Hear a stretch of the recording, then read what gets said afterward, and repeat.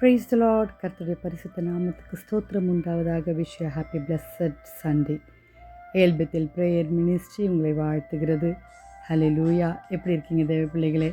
இன்றைய தேவ வாக்கு ஹல்லேலூயா. சங்கீதம் 103:13.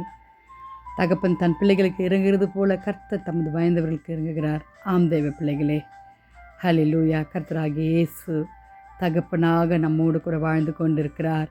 ஹல்லேலூயா, ஹல்லேலூயா. அவர் உலக பிரகாரமான தகப்பன். எப்படியெல்லாம் என்னென்ன தேவைகள் என்னென்ன பிள்ளைகளுக்கு வேண்டுமோ அவர்கள் செய்து கொண்டிருப்பாங்க.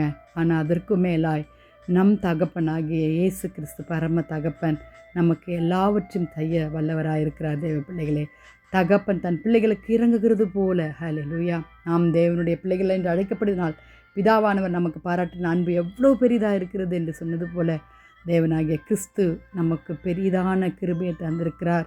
ஹல்லேலூயா. அவர் பாராட்டின அன்புக்கு அளவில்லை. ஹல்லேலூயா. எண்ண முடியாத அன்பு அவர் கொடுத்த இந்த ரட்சிப்பின் அனுபவம். ஹல்லேலூயா. தூக்கி சுமக்குகிற தேவன். ஹல்லேலூயா. அவருடைய அழகான கண்கள். அப்பா பிதாவே என்று கூப்பிட புத்திர சுவிகாரத்தின் ஆவியை நமக்கு தந்திருக்கிறார். அந்த இன்டமசியோடு கூட நம் கர்த்தரிடத்தில் போவோமா தேவ பிள்ளைகளே?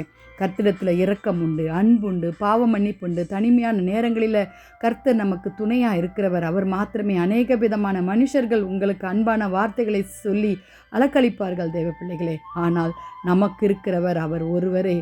அவர் தாய் சுமப்பது போல நம் உள்ளங்கையில் நம்மளை சுமந்து கொண்டிருக்கிறார்.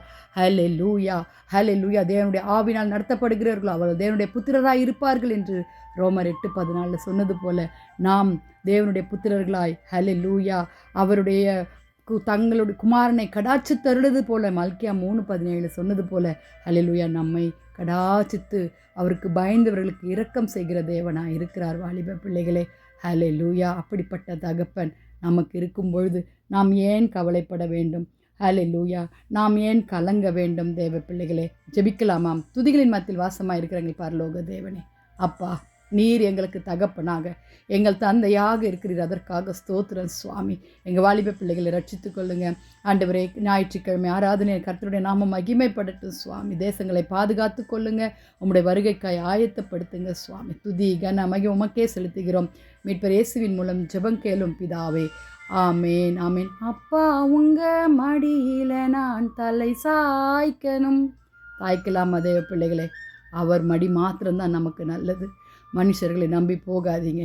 அவங்களெல்லாம் நம்மளை ஏமாற்றுவாங்க. கர்த்தருடைய வருகைக்காய் காத்திருங்கள். God bless you all.